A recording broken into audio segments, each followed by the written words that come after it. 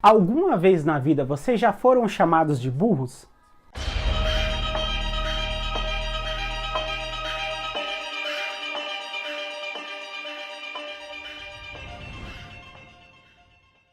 Fala pessoal, eu sou o Bruno Gomes, dessa vez venho com um tema muito interessante, né, que é a formação de pessoas. Vou começar falando o seguinte, né, no início do vídeo eu perguntei se vocês, em alguma vez na vida, já foram chamadas de burras, né?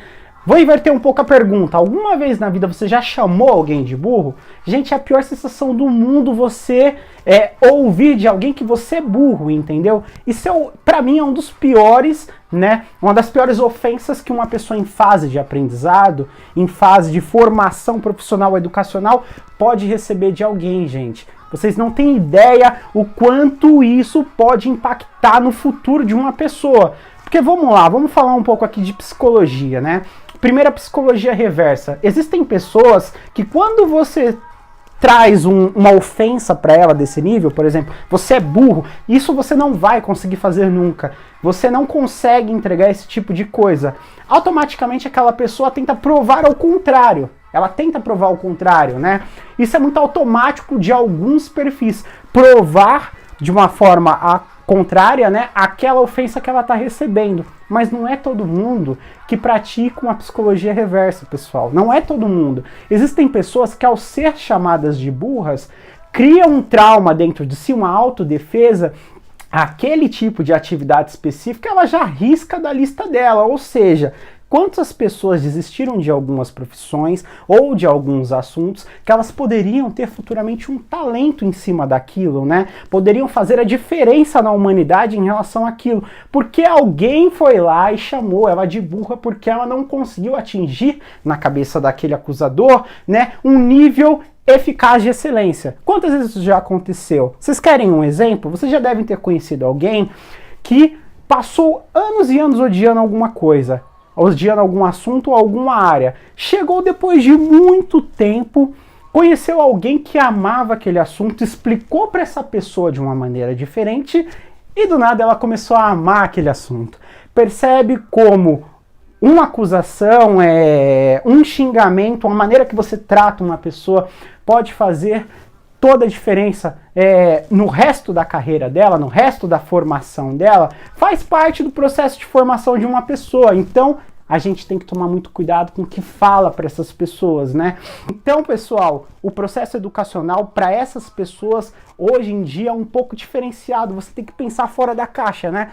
Um educador, um gestor, um coach, hoje, mais do que nunca, precisa ter didática. Não significa que o cara é o melhor especialista do mercado em relação a algum assunto, que ele vai conseguir passar isso para uma segunda pessoa da melhor maneira possível, né? E ele precisa entender isso. Ele precisa, primeiro de tudo, aceitar que ele tem ou não tem didática, né? E se fazer parte do pensamento dele, buscar essa didática, porque a didática ela pode ser aperfeiçoada, né? Então o educador ele precisa ser didático, ele precisa ter vontade de ensinar. Gente, se um gestor, um educador não tiver vontade de ensinar, ele não vai conseguir fazer aquela pessoa se desenvolver. Aquela pessoa que precisa de uma atenção especial, ela não vai se desenvolver. Se esse educador não tiver vontade de ensinar, a pessoa não vai aprender, a pessoa não vai conseguir se desenvolver. O outro ponto, o gestor ele precisa ter paciência, o educador ele precisa ter paciência, ele tem que ter muita paciência, ele tem que ter um nível de inteligência emocional muito bem equilibrado, né?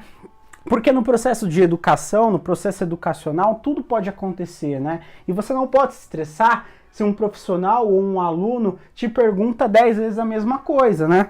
Um outro ponto, esse educador, esse coach, ele precisa fazer a troca de papéis, né? Se colocar no lugar daquela pessoa que está aprendendo e fazer aquele tipo de pensamento, né? Será que da maneira que eu estou passando para ele, a maneira que eu estou explicando para ele está fácil de entender? Será que a maneira que eu estou explicando para ele, ele está conseguindo compreender o que eu estou falando?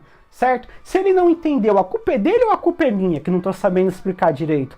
Se ele não entendeu, será que sou eu que não estou colocando uma ênfase de fato no que precisa? Ou é ele que está tendo um déficit de atenção? Sabe? Esse tipo de pensamento ele precisa ser colocado em prática por um educador. por um gestor, mas não é ele que vai concluir isso sozinho, é por isso que existem as etapas de feedbacks. Um gestor ou um educador precisa receber feedback da sua equipe, da sua sala de aula, e só assim ele vai conseguir ajustar o que for necessário para ele se tornar, né, um multiplicador de ideias da melhor maneira possível. Do outro lado tem um aluno ou um funcionário, né? Esse aluno ou esse funcionário, primeiro de tudo, ele tem que ter vontade de aprender. Ele tem que estar focado naquilo que ele está fazendo, né? Não adianta ele ficar disperso, não adianta, ele tem que ter vontade naquilo. Existem muitas pessoas que praticam o que não gostam, né? Que estão em áreas que não gostam, por situações financeiras, precisar de dinheiro ou outra coisa do tipo, né? Para essas pessoas o processo de aprendizado é um pouco mais difícil. Quando você pratica o que você não gosta, dificilmente você vai alcançar um nível de excelência naquela atividade, né? É muito mais fácil uma pessoa que gosta, que não tem a mesma experiência profissional que essa pessoa conseguir chegar a um nível de excelência simplesmente pelo fato de ser apaixonada pela atividade. O outro ponto é ter insistência, né? Uma pessoa em fase de formação, ela precisa ser insistente naquilo. Ela não pode desistir na primeira dificuldade que aparecer. Vai ter inúmeras dificuldades. Ninguém construiu um império sem ser insistente. Ninguém construiu uma grande empresa sem insistir muito, né? O processo de insistência, né? Ele é muito importante na esfera do processo educacional. O outro ponto é exercitar, né? Uma pessoa em fase de aprendizado, ela precisa fazer diversos exercícios, e eu até coloquei aqui 3 vezes, repetição, repetição, repetição. Ela precisa repetir inúmeras vezes, né? Ela precisa colocar aquilo em prática, e ela só vai conseguir medir se está no caminho certo ou não exercitando, praticando. Tem que colocar em prática mesmo, não tem que ter medo de errar, você entendeu? Você não tem que ter medo de errar. Muitos profissionais falham por não ter a insistência necessária. Muitos profissionais ou muitos alunos falham por ter medo de arriscar, né?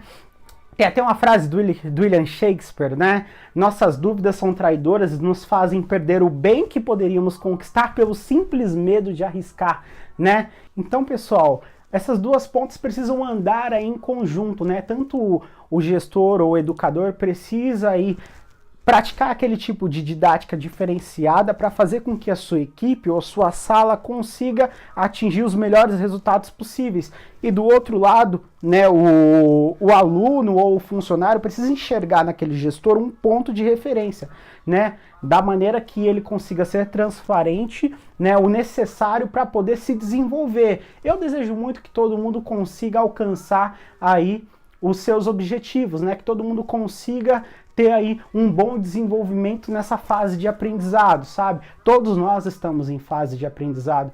Todo dia é um dia de aprendizado, né? Cabe a nós transformarmos os nossos dias da melhor maneira possível, beleza, pessoal?